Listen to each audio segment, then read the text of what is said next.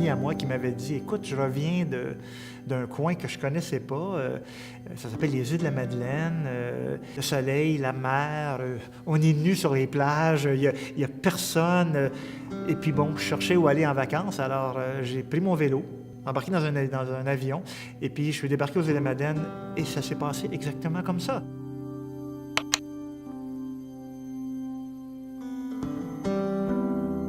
Et un moment donné, je suis parti avec ma caméra dans la nature, en présumant pas de ce qui allait arriver, simplement parce que, évidemment, j'étais photographe.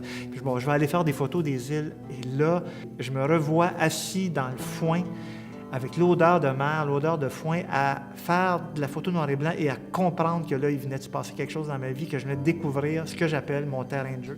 Et il y a eu évolution après. J'ai acheté une maison, 2 maisons, j'ai pris des cours de voile. Il est arrivé à un moment donné où je me suis dit, écoute, je suis professeur de photo.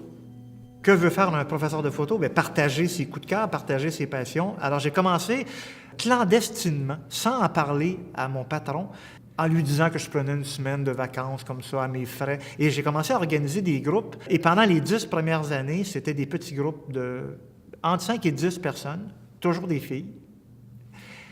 Je ne m'en plaignais pas. Et j'ai développé, évidemment, une espèce de pédagogie autour de ça pour un peu transmettre ma passion. À l'époque, c'était pur et dur. C'était en noir et blanc, en zone système. Si vous ne voulez pas faire ça, ne venez pas. Donc, c'était vraiment pur et dur.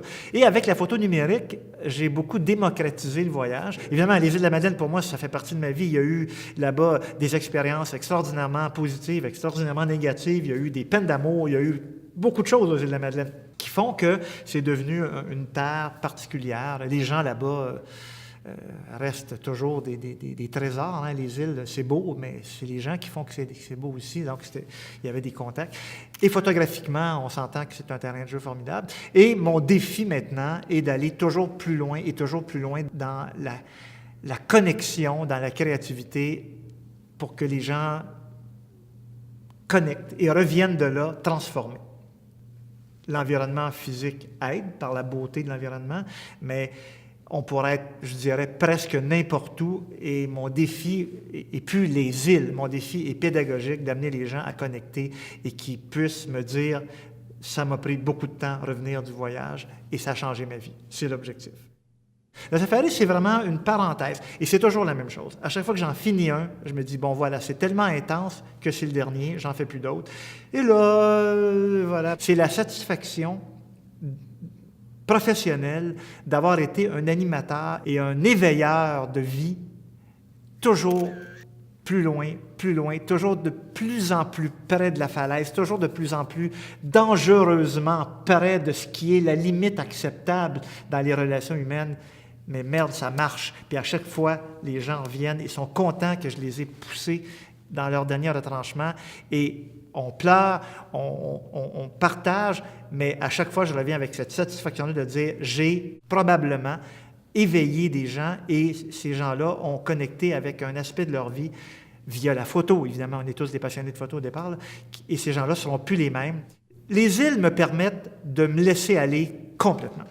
Je ne rentre pas le soir avec la famille, avec les obligations familiales. Non, je suis totalement libre de me laisser aller complètement. C'est pas facile à vivre pour mes co-profs, mais ça me permet d'aller au bout de moi-même dans ma passion, pas juste de la photo, mais de la pédagogie et de l'enseignement. Ce qui fait que je me lève à 5 heures du matin. Quand je dis 5 heures, des fois c'est 4h30, parce que je veux que quand les gens vont arriver au chalet, ce soit parfait. Je suis peut-être même parti, moi, 1 heure pour me mettre dedans, puis faire des photos, puis revenir à 6 heures pour déjeuner avec des découvertes photographiques, puis chauffer à blanc. Et quand les gens arrivent, moi, ça fait déjà 5 heures que je suis connecté avec ce qu'ils vont vivre, ce qui me permet d'être toujours une longueur d'avance sur eux. Mais encore une fois, je le fais par passion, et ce qui fait qu'ils sont avec un chauffeur d'autobus qui sait en maudit où il s'en va, autant émotivement, autant psychologiquement même, puis photographiquement. Alors, c'est mon immense plaisir de dire, est-ce que je vais aller si loin? Est-ce que je vais être aussi baveux que ça dans mon animation? Oui, je le fais parce que ça me fait plaisir et à chaque fois, je ne le regrette pas parce que j'ai des témoignages de gens qui me disent, en disant tel truc qui était un peu audacieux, tu m'as aidé. Et c'est ça, ma passion. Il y a toujours des histoires. Les gens qui arrivent là sont souvent dans une étape de leur vie un peu particulière, réorientation, une séparation, perte d'emploi. Il y a beaucoup, beaucoup de gens qui viennent aux îles, puis je le sais souvent après, mais qui me disent, écoute, tu savais pas, là, mais je venais de perdre mon mari. Et là, les îles étaient bons. Et je me souviens d'une année où il y avait une dame qui est une journaliste scientifique de très haut niveau, là, qui fait un job là, très cérébral, rédiger des articles scientifiques pour publier dans des magazines scientifiques pour le gouvernement. Bon, une grosse affaire. Et bien, on sentait que cette dame-là était là pour quelque chose. Elle voulait prendre congé de sa grosse tête et de sa grosse BMW. Je suis venu ici pour connecter avec quelque chose d'autre que ce que je vis toujours.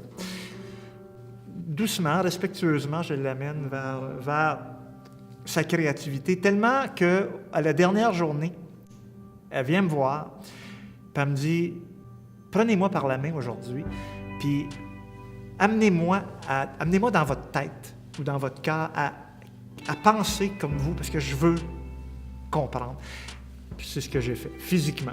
On est parti, et c'était la dernière journée, il faisait pas beau, il faisait froid, mais on a fait un paquet de photos. Puis des fois, elle s'éloignait de moi, je lui prenais la main, je la rappelais. Je dis « Non, viens. » Et toute la journée, on a fait ça. Pour en arriver à la fin de la journée, où je la sentais ramollir. Et à un moment donné, tout le monde est parti, il faisait pas beau, tout le monde est parti prendre un café, puis on est restés tous les deux seuls sur un quai à visualiser, à réfléchir, à penser. Puis sa réaction était souvent « Ah oui, on peut faire ça, on peut photographier ça, on peut aller jusque-là. » Ouais, c'est permis. En fait, à un moment donné, elle s'est donné la permission de connecter avec elle-même, et puis elle s'est mise à pleurer. Et on s'est mis à pleurer, et on était assis sur le quai, sous la pluie, au grand vent, à pleurer tous les deux, parce que elle venait de toucher à quelque chose qui était important pour elle.